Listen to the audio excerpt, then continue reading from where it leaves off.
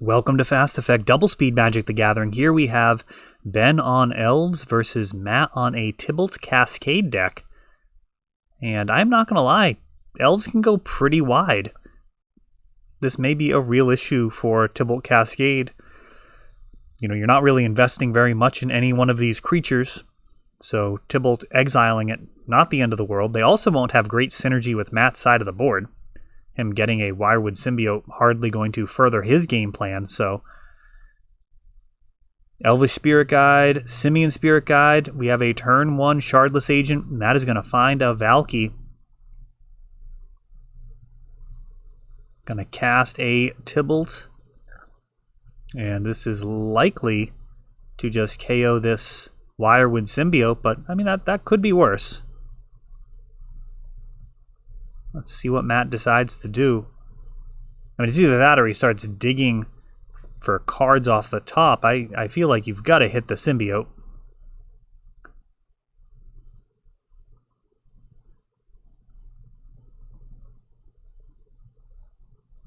Allosaurus Shepherd, uncounterable. And not a spectacular follow-up there. Basic Forest. And now a Valky.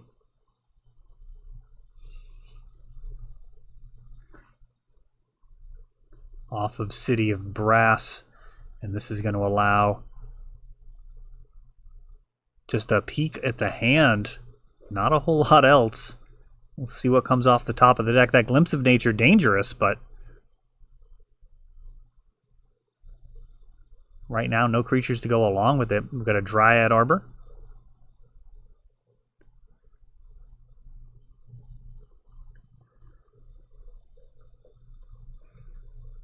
A 2-of in Elves. Allows for some pretty sneaky situations, especially with Quirion Ranger. Returning it to hand. And Elvish Visionary, going to draw a card. Got another fetch. Gaia's Cradle starting to become a legit threat.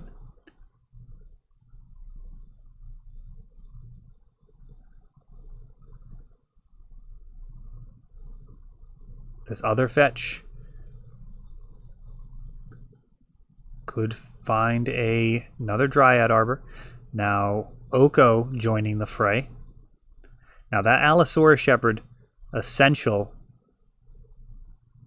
to Matt staying safe, getting that off of the board.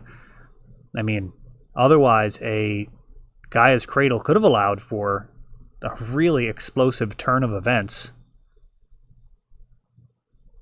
Potentially enabling, I mean, just a bunch of 5/5 dinos. But as it is, Matt seems like he's in really good shape so far. Turn to Tibalt. And an Oko on board. But Ben's going to keep fighting. We got Glimpse. And this resolves. Wirewood Symbiote. Okay, this is dangerous. Going to bounce to return. And now Wirewood Symbiote. And that's going to be 2 cards. Shorthand. Turning over that Wirewood Symbiote, showing that it's been used once here. Gaia's Cradle. 4 mana. I'm loving it. Drawing more and more cards here. Visionary. This is what Elves does. Glimpse of Nature providing so much card advantage. Heritage Druid. More mana can be had if Ben wants it. 3 green, still no Nettle Sentinel, but some options still available. This is going to be 2 more cards. 1 green floating. Birchlore Ranger. And now if he gets a Nettle Sentinel, he can shotgun as many 1 casting cost Elves as he wants. With Nettle Sentinel. Like literally infinite.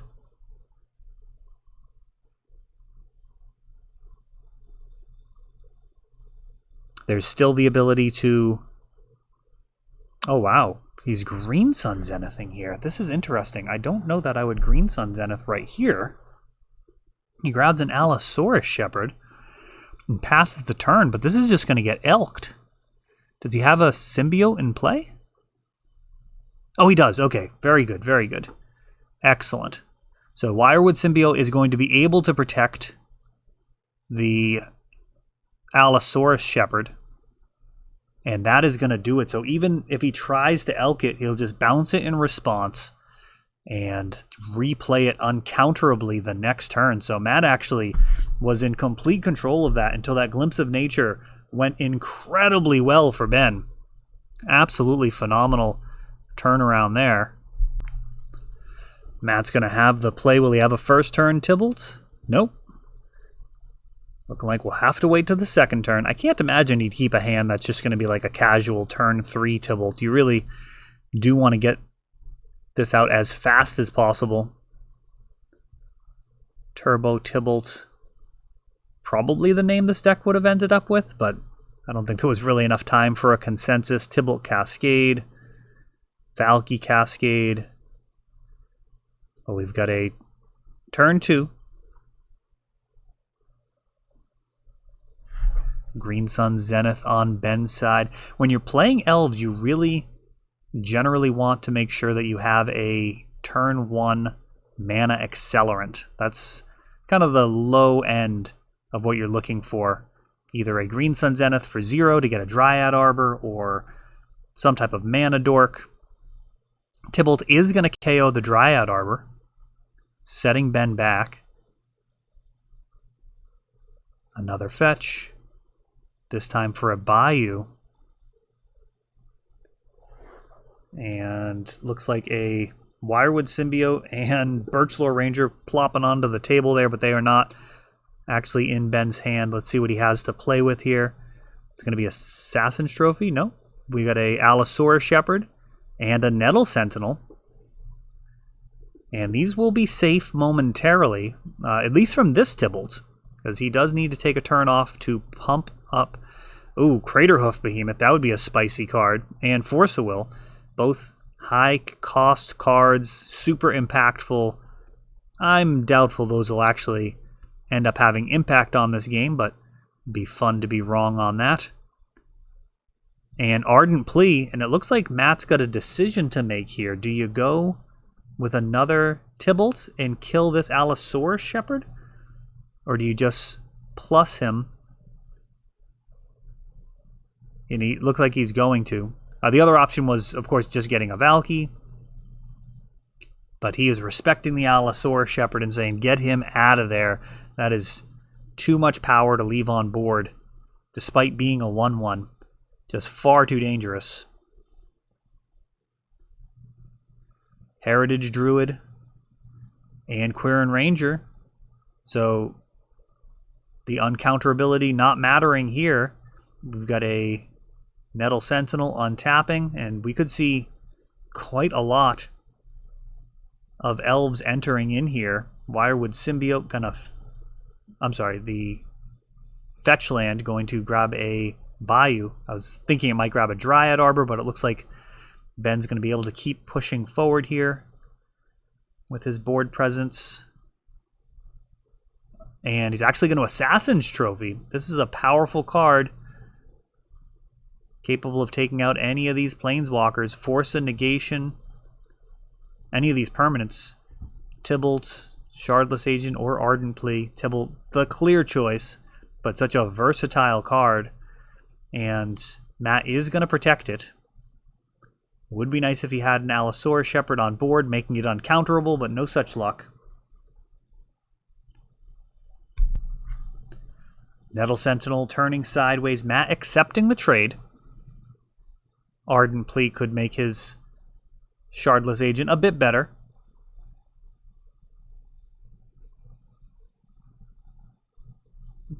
The Exalted triggers. Probably not going to be the thing that determines this game.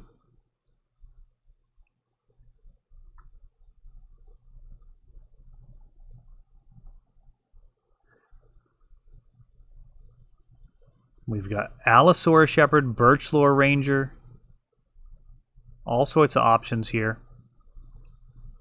And, I mean, Allosaurus Shepherd could actually let Matt punch out a win, potentially, if he gets enough mana. It is not an unlikely end to this game, per se.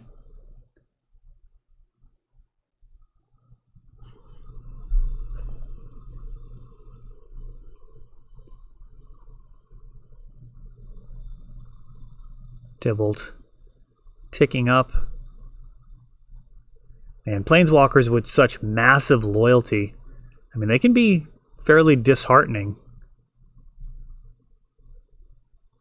You know, it gets to a certain point where the loyalty stops mattering. Like you're talking about 10 or 12. I mean, at that point, you practically could just kill the player rather than kill the Planeswalker.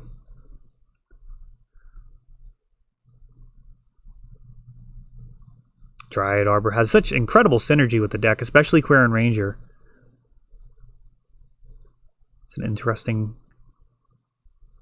card, though I wouldn't actually mind the From the Vault one being banned from tournament play. That wouldn't faze me in the least. We've got a Birchlore Ranger face down. And Plague Engineer is a card that I believe is in the Cascade sideboard. You really want powerful 3-mana spells, and Plague Engineer, one of the best things you could possibly have against elves in particular, also incredible versus goblins. There's a bunch of other tribal decks where it really carries some serious weight.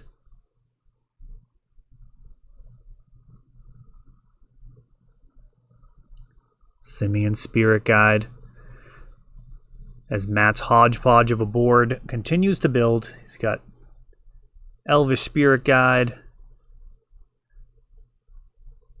These 2/2s stacking off against these 1/1s. A Standstill. 1/1s. No match for these powerful apes and elves on the other side. They're going to need some type of breakthrough effect. A Crater Hoof would be nice. Natural Order. Allosaurus Shepherd.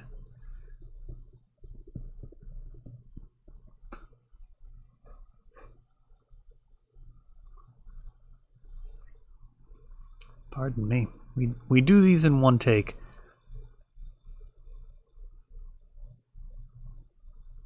I feel like this match is going on for quite a while here. Shardless Agent. One thing about this Cascade deck is it really looks to drag you into the deep end of the pool and drown you. This is not something where you just get out of Tibalt and win on the spot. I mean, you're mostly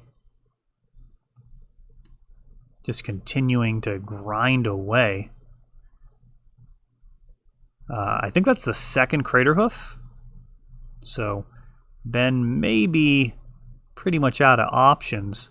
From a tournament perspective, probably wants to just start game 3 with, 3 minutes left in the round. That'd probably give him the optimal chance to maximize the window in which he would win a game. I mean, maybe 3 to 5 minutes. Let me know what you think. But that said, we don't really see very much of that in the webcam situation. If anything, we see people conceding somewhat frequently. And there's a Plague Engineer, and Ben absolutely conceding that game to the power of that board wipe at 3 mana. So he'll be on the play here. I feel like we probably see more people kind of interested in maximizing the correct outcome to the match in terms of what would have happened if they played in person. Online can be slightly slower. There are times where there are miscommunications or things that otherwise affect the tempo of the play. So I feel like people are generally more inclined to be either scooping or finishing a game earlier, like scooping a game, for example, that they're losing, just to make sure that they have enough time in game 3, or even conceding at the end of a match if they're clearly clearly behind and just kind of feel like it would be something they would have finished in paper Magic. That's still kind of grounding the events, I would say. Just the expectation of like how would this have played out in person compared to online. Matt is mulliganing here. And Ben does enjoy an advantage here on the play. That does make a huge difference, especially when Matt is mulliganing. If he doesn't have a turn 1 Tibalt, that'll make a huge difference as well. Oh, and he's got a mulligan again. So really looking for 3 mana by turn 2 at the latest with a Cascade Enabler. That's going to be Shardless Agent, Violent Outburst, Ardent Plea. All of those cards are going to allow for a Valky, which will then be a Tibalt, ASAP, and potentially kill whatever creatures on board, or start just digging in terms of, you know, finding a massive amount of card advantage. Though honestly, there's going to be creatures on board. Elves is not going to be passing the first turn without playing something. Be it an elf or a Thoughtseize or a Green Sun Zenith, one of the more common openings. There are 4 Zeniths in the deck, and you know, it can come back later. It's getting shuffled into the library. You really just need access to your Crater Hoofs once you're ready to win. One of the powerful effects of Green Sun Zenith. Oh, here we go. This is a spicy one. Glimpse of Nature. And that gets a Force of Will. And an Elvish Visionary gets to draw a card. Very interesting. Not a whole lot of great targets here. I mean, Dryad Arbor, I guess, is what you're going to end up hitting with Proxy, Gemstone Caverns. Card that Matt had ordered and was awaiting. Yeah, we don't... When you're getting cards direct from the shop, we are letting people use those in our online events, as those are, you know, USPS has been doing their best, but man, there's been some seriously delayed packages. Dryad Arbor for a Glimpse of Nature. Allosaurus Shepherd. Nettle Sentinel. Still no mana dork. Really want a Heritage Druid here. That would just blow the game wide open. Quirin Ranger. Okay, keeping things going. Can untap. Dryad Arbor. And another Quirin Ranger. Another draw out. I mean, Heritage Druid would be absolutely gigantic. Can we make it happen? Birchlore, close enough. This will allow for a bunch of extra mana. Nettle Sentinel, that's a really good one here. So Birchlore and Nettle Sentinel can literally play any number of elves. Oh, Wirewood Symbiote. This is getting absolutely filthy. Now these symbiotes can return any elf, including the Quirin Rangers, which can access more mana, or the Elvish Visionary, which can draw bulk cards. Oh, Heritage Druid. This is coming together. Just got to keep on top of those Nettle Sentinel untap triggers at this point. And so much extra mana that indeed Ben's going to pick up the Elvish Visionary, invest the 2 mana to get 2 cards.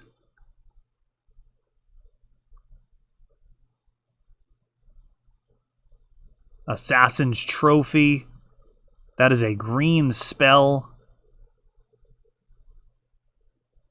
And, I mean, he's got lethal on board here with the Allosaurus Shepherd.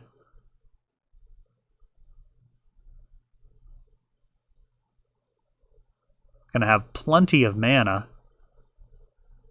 And at this point, just continuing to draw cards. using all of these Wirewood symbiotes to maximum advantage, leaving Matt with just a single land in play. And that is gonna do it. I think technically he would have had a land from the Assassin's Trophy if he ran... Yeah, he doesn't run basics. So, yeah, that is an impressive outing there. So, I mean, it was beatable. Don't get me wrong. I mean, it was certainly in the range of other legacy decks, but here, Elves going absolutely ape in what is likely to be Tibalt Cascade's final appearance on the channel. That is all for this one, but don't worry, there is a lot more. You can check out our older videos, and we're always putting out new videos from ELD's Tibalt games in Bellingham, Massachusetts. If you want to help the channel, of course, you can like, subscribe, share, tap that notification bell so you can know the next time our new videos come out. Thanks for watching.